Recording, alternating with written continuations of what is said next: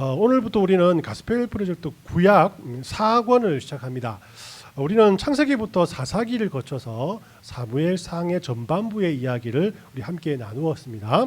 사사기 시대를 지나 왕정 시대로 접어드는 그 시기가 마지막 시기인 사무엘이 등장하고, 또 그가 어떻게 태어났고 어떤 삶을 살았는지에 대해서 우리가 살펴보았죠.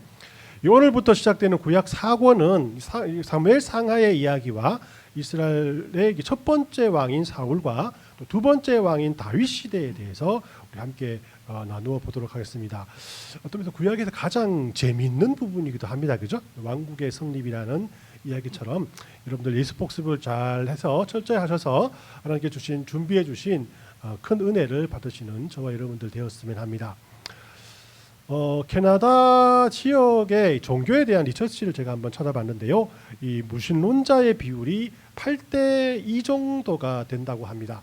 이 과학이 발전하면서 무신론자들이 모든 것을 지배할 것 같은데, 이 그래프를 보면은 아시겠지만은 아직까지는 어떠한 신이라도 믿고 믿음에 대한 신념을 가진 사람들이 그렇지 아니한 사람들보다는 높은 비율을 차지하는 모습들을 볼 수가 있습니다. 우리가 그런 시대에 그런 곳에 지역에 살아가고 있다라는 것이죠.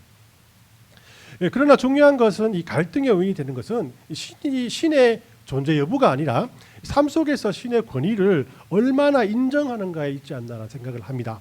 신이 자신의 정신을 고양시키고 주거나 또 힘들 때 기댈 수 있는 존재로는 받아들이지만, 삶의 목적과 삶의 방향을 좌우하는 하나님, 즉 복종을 요구하는 하나님의 개념들을 대부분 사람들은 거부하고 있다는 것이죠. 이렇게 생각한다면 이 그래프에서 실제적으로 마음을 다해서 하나님을 섬기거나 자신의 힘을 믿는 사람들의 비율은 상당히 낮다라고 할 수가 있습니다. 그렇습니다. 이 대부분의 사람들은 자신이 믿는 신을 자신들이 어려운 상황에 처해 있을 때 기댈 수 있는 존재로는 받아들이지만은, 삶의 목적과 삶의 방향을 신이 내어놓은 그 은혜대로 바꾸라라고 했을 때 그것을 쉽게 받아들이는 사람들은 드무다라고 할 수가 있죠. 이처럼 하나님은 이스라엘 백성들을 손수 말씀으로 이끌어 주신 최고의 왕이셨습니다. 그런데 정작 백성들은 보이지 아니하시는 하나님보다는 보이는 왕이 필요했다라는 것이죠. 자신들 앞에 있는 어려운 일들을 처리해 주는 하나님은 인정하겠는데, 이제 가나안 땅에서 자리도 잡고 모든 지파들이 안정을 찾았으니까 이제 더 이상 하나님을 간섭하지 말고, 하나님께서 자신들을 간섭하지 말고 우리끼리 좀 한번 잘 해보고자 합니다라는 생각을 가지고 오늘 본문을 살펴보면 우리 이해가 빠르다라는 것이에요. 사도 사무엘 8장은 이런 배경 속에서 왕을 요구하는 이스라엘 백성과 거기에 답하시는 하나님에 대한 이야기가 펼쳐집니다. 역사적으로 볼 때도 그렇지 않습니까? 신정국가가 또 이게 인구가 늘어나고 사람이 발전하게 되면 왕정국가로 바뀌는 거예요. 왕이 국가를 다스리는 왕정국가로 바뀌는데, 왕정국가는 곧 왕의 강력한 힘으로 주위 국가들을 정복해서 제국으로 발전하는 것이 일반적인 상황입니다. 자, 이스라엘 백성들은 이 방식 그대로 자신들에게 왕이 생겨난다면은 더 좋은 삶을 살 수 있을 것이고, 옆에 있는 많은 다른 이방 사람들에게 간섭받지 않고 행복하게 살아가실 것이다. 그래서 이 사무엘에게 왕을 요구하게 되었다는 것이죠. 그러나 하나님은 그들의 생각과는 전혀 다른 생각을 가지고 있었다는 것이 문제라고 할 수가 있습니다. 자, 그래서 오늘은 왕을 요구하는 이스라엘 백성들의 기대와 왕을 요구하게 되면 생기게 되는 현실적인 결과에 대해서 사무엘상 8장 말씀 전체를 통해서 함께 알아보려고 합니다. 왕을 요구하는 것은 우리 첫 번째로 하나님만으로는 충분치 않다는 뜻이고, 또 자신을 종으로 내어준다는 뜻이고, 또 세상 사람들과 같아진다는 것을 의미한다라고 오늘 본문 말씀이 우리에게 말씀을 하시는데, 이 세 가지 이유를 하나씩 그 의미를 짚어 가보면서 여러분들과 함께 나누어 보려고 합니다. 마찬가지로 첫 번째로 왕을 요구하는 것은 하나님만으로는 충분치 않다는 뜻이라고 할 수가 있어요. 왕을 요구하는 이스라엘 백성들에게도 나름의 이유가 있었다라고 본문 우리에게 말씀하는데 우리 아까 읽었던 1절과 3절까지 말씀을 한번 같이 읽어봅니다. 시작. 사무엘이 늙음에 그의 아들들을 이스라엘 사사로 삼으니 장자의 이름은 요엘이요 차자의 이름은 아비야라. 그들이 브엘세바에 서서 사사가 되니라. 그들의 아들들이 자기 아버지의 행위를 따르지 아니하고 이익을 따라 뇌물을 받고 판결을 굽게 하느니라라고 이렇게 말씀을 합니다. 자, 사무엘은 하나님의 말씀을 듣고 그 말씀을 하나님을 대신해 백성들에게 전하는 마지막 사사였다라고 할 수 있어요. 그러나 이 불행하게도 사무엘의 아들들은 하나님에 대한 믿음이 적었고 사사의 직분을 자신의 유익을 위해서 사용하게 됩니다. 이스라엘 백성들은 이 기회를 놓치지 않았죠. 우리 5절 말씀을 같이 읽습니다. 시작. 그에게 이르되 보소서 당신은 늙고 당신의 아들들은 당신의 행위를 따르지 아니하니 모든 나라와 같이 우리에게 왕을 세워 우리를 다스리게 하소서 한지라라고 말씀하죠. 이 사무엘의 아들들이 비리를 저지르자 이스라엘 백성들은 오랫동안 갈망해 왔던 왕을 하나님께 요구하게 됩니다. 사무엘은 고민 끝에 하나님께 기도했고 하나님께서 그들에게 응답을 해주죠. 어떤 응답입니까? 6, 7절 말씀을 같이 읽습니다. 시작. 우리에게 왕을 주어 우리를 다스리게 하라 했을 때에 사무엘이 그것을 기뻐하지 아니하여 여호와께 기도하매 여호와께서 사무엘에게 이르되 백성이 내게 한 말을 다 들으라. 이는 그들이 너를 버림이 아니요 나를 버려 자기의 왕이 되지 못하게 함이니라. 아멘.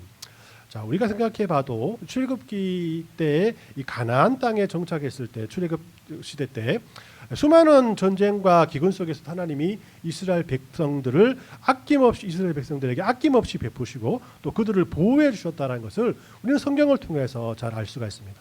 그러나 이스라엘 백성들은 이런 하나님도 좋지만은 왕을 세우면 더 좋을 것 같다라는 생각을 하게 되었죠. 그들은 이렇게 말합니다. 그럼요, 우리는 하나님이 필요합니다. 그러나 확실한 게 좋지 않습니까? 통계를 봐도 왕이 나라를 다스리면 그 나라가 더 부흥하다는 것을 우리 알 수 있지 않습니까? 이집트를 보십시오. 많은 신들을 섬기지만 파라오라는 왕이 있으니까 얼마나 큰 나라가 되었습니까? 하나님께서 우리들이 원하는 대로 모든 것을 들어주시는 하나님이시라면 우리는 하나님을 무한 신뢰할 수 있을 것이라고 생각을 합니다. 하지만 하나님은 우리가 원하는 대로 다 들어주시는 그런 분이 아니시죠. 하나님께서 꼰대이기 때문이 아니라 우리들을 사랑하시기 때문이라고 할 수가 있습니다.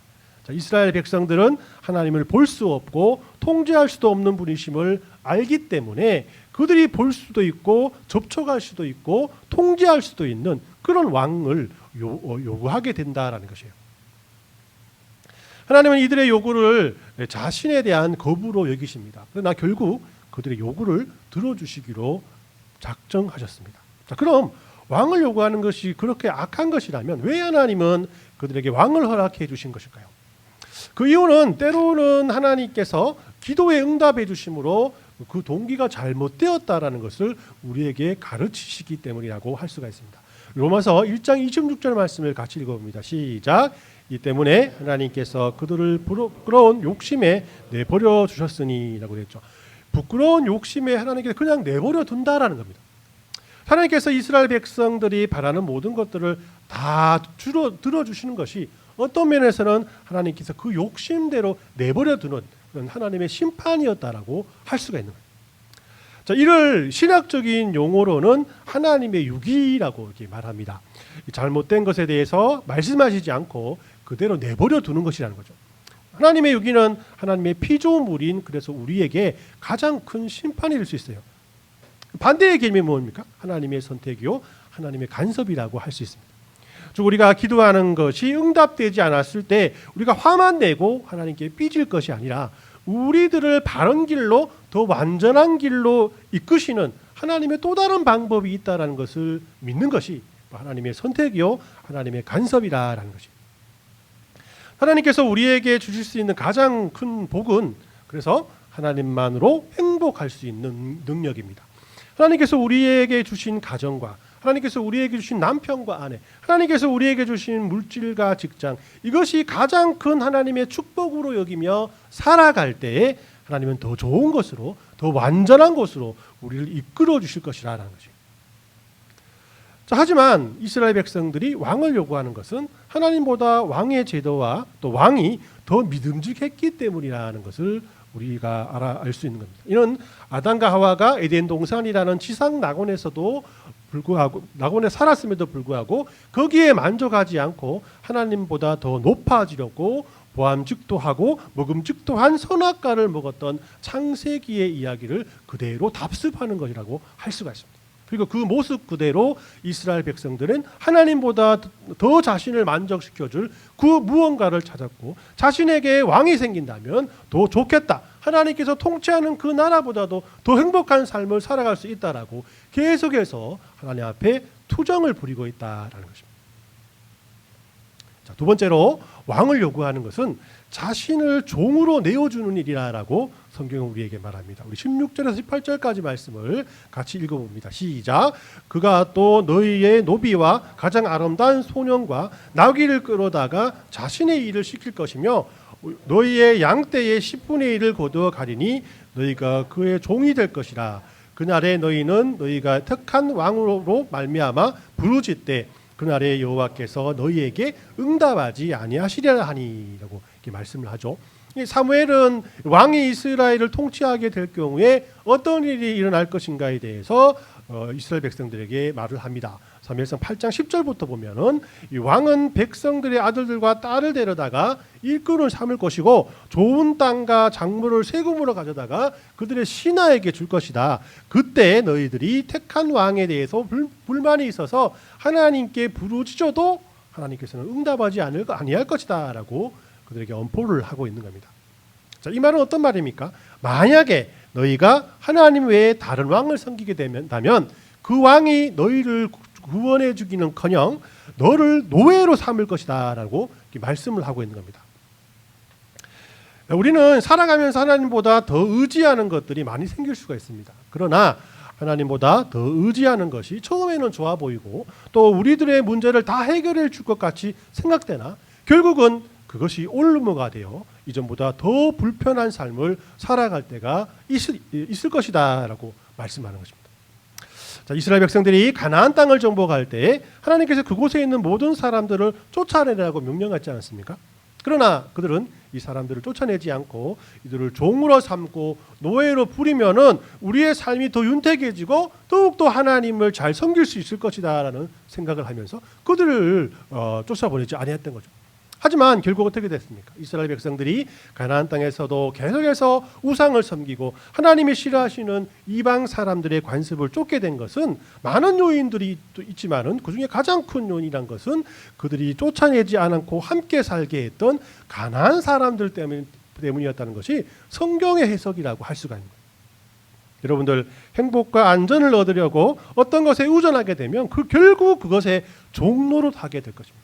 특정한 사람과의 관계를 맺어서 행복해지려고 한다면 그들과 관계를 맺은 그 사람의 종이 될 수밖에 없습니다. 세상에서 성공하려면 모든 사람에게 인정받고 행복해지실 것이라고 생각한다면 그들은 결국 그 성공의 종이 된다는 거죠. 육체적인 쾌락을 통해서 안락함을 얻으려고 한다면 쾌락의 종로를 하게 되고 더 나아가서는 육체와 영이 모두 멸망의 길을 걸어갈 수밖에 없는 것입니다. 우리는 십계명을 설교할 때 제가 말씀을 드렸습니다만은 제가 제 1계명이 가장 중요하다고 이렇게 말씀을 드렸습니다. 1계명의 2계명, 10계명까지를 다 포함한다. 즉 1계명을 지킬 때 모든 10계명을 다 이룰 수 있다라고 말씀드렸습니다. 1계명이 뭐라고 했습니까? 나 외에 다른 신을 섬기지 말라라는 것이죠. 하나님만을 섬기면 여러분들 우상을 만들 수 있겠습니까? 여러분들 하나님의 일을 망령되이 일컬을 수 있겠습니까? 안식일을 거룩히 지키지 않을 수 있겠습니까? 부모를 공경하고 살인하지 않고 간음하지 않고 도둑질하지 않고 거짓말하지 않고 이웃의 것을 탐내지 않을 수밖에 없다라는 것이에요. 그러나 하나님 외에 다른 신을 섬기게 되면 그 어떤 20계명의 계명이라도 지킬 수 없는 것이 우리 사람이라는 것입니다. 마찬가지로 하나님 한 분만으로 만족하지 못하면 그 어떤 것이라도 자신을 종으로 내어줄 수밖에 없다는 것입니다. 어떻게 생각할 때 지금 이스라엘 백성들이 왕을 요구하는 것은 그들이 그렇게 의지하려 했던 왕에게 자신을 종으로 내어주는 행동이라고 할 수가 있습니다. 즉 그 결과가 우리가 사무엘 상하의 내용들을 통해서 배우게 될 사울 왕과 또 다윗 왕의 이야기를 통해서 우리 분명히 확인할 수 있는 것입니다.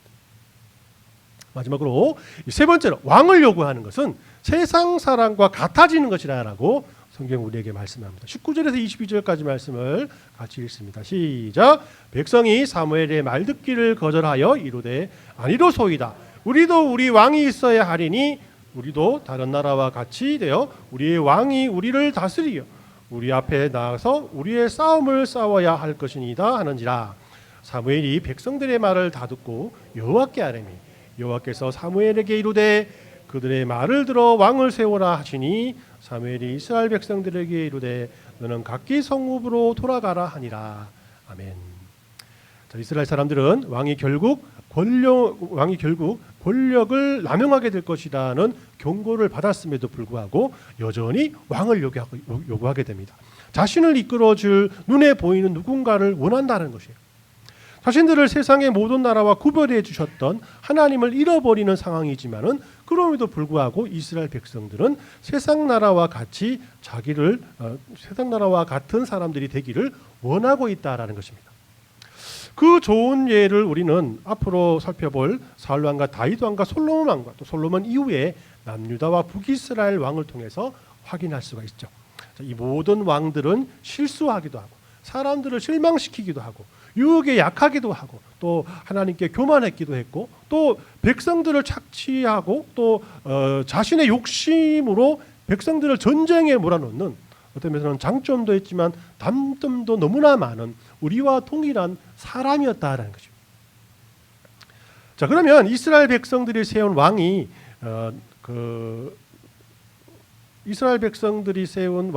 나라를 통치할 때와 또 하나님께서 이스라엘 백성들을 통치할 때를 비교해 보면 어떤 왕의 시대가 더 살기 좋았을까요? 아니면은 하나님께서 그들을 다스릴 때가 더 좋았을까요? 이것을 한번 비교해 볼 필요가 있지 않겠습니까? 여러분들 왕이 자신들을 통치했을 때, 왕이 이스라엘 백성들을 통치했을 때 그 사람들의 살림살이가 좀 나아졌습니까?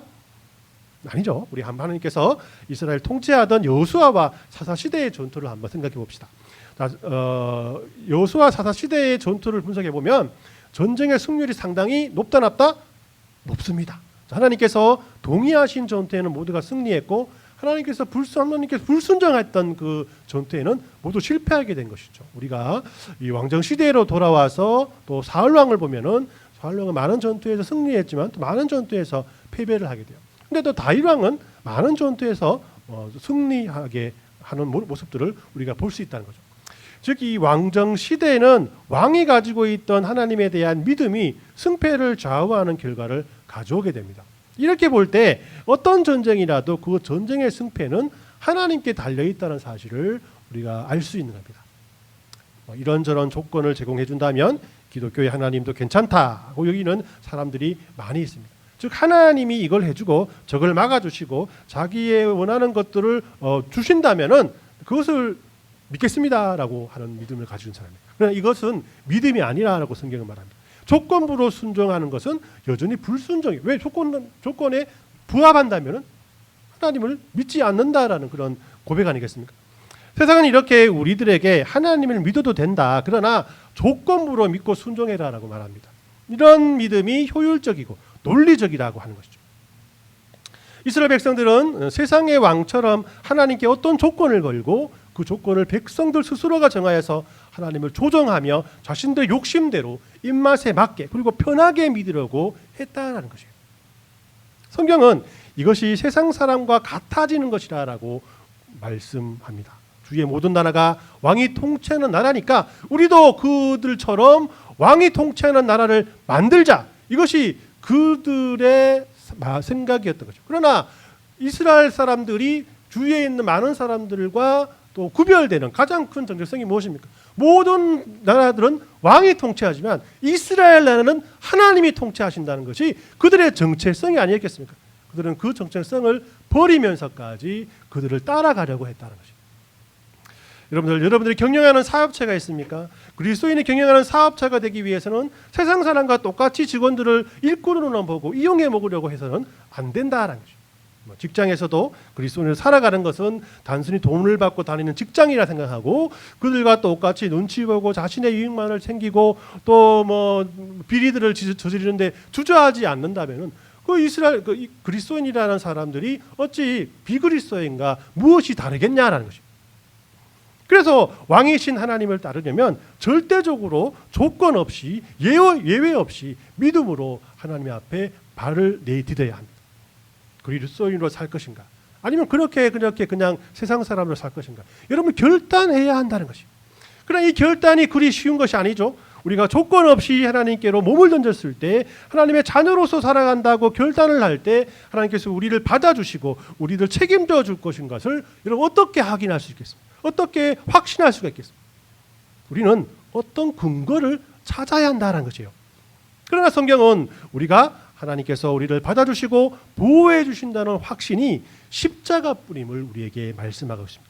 하나님이 우리를 위해서 아무 조건 없이 자신을 쏟아부으신 십자가를 볼 때 마찬가지로 조건 없이 우리를 받아주실 하나님을 확신할 수 있어야 된다는 거예요. 갈보리 산 위에 하나님은 상상을 초월한 긍휼을 우리에게 보여주셨어요. 그곳에서 하나님은 자신이 전적으로 신뢰할 수 있는 왕임을 우리에게 보여주시기 위해서 자신의 아들을 우리를 위해서 흔쾌 내어주셨습니다. 어디에 가든지 우리를 보호해 주신다고 책임져 주시는 왕임을 스스로 그곳에서 증명하셨다는 것입니다. 우리는 그 증명을 바라보며 우리의 모든 삶을 바칠 수 있는 그런 용기와 희망과 확신을 가져야 한다는 것입니다.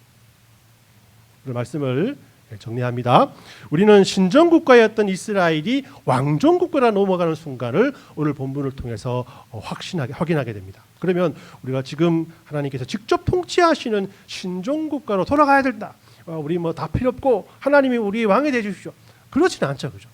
우리는 이 성경 말씀을 통해서 이 성경이 우리에게 주는 교훈이 무엇인가를 확인하며 그 교훈대로 살아가기 위해서 기도해야 합니다. 우리는 각자가 하나님을 위해서 무언가 목표를 가지고 여러 가지 계획을 내어놓을 때가 있는 거예요. 그러면 가끔 이 계획이 하나님께서 원하시는 것일까라는 생각이 들지 않습니까? 이런 생각이 들지 않으면 그냥 축도하겠습니다. 그죠? 조금이라도 그런 생각 들지 않습니까? 자, 이런 생각이 든다면 오늘 그 생각들을 오늘 본문 말씀의 이야기를 통해서 깊이 한번 묵상해 보십시오. 그리고 이 세 가지를 가지고 여러분들이 가지고 있는 그 계획을 한번 살펴보시길 바랍니다. 첫 번째로 이 계획이 하나님만으로 충분한가? 아니면 또 다른 조건들이 있어야 하는 것인가? 두 번째로 이 계획이 그대로 실행되었을 때 자신이 그 결과의 노예가 되지 않는가? 또 세 번째로 이 계획이 나를 세상 사람과 같아지게 하는 것이 아닌가라는 세 가지 질문입니다. 좀 어렵다고요?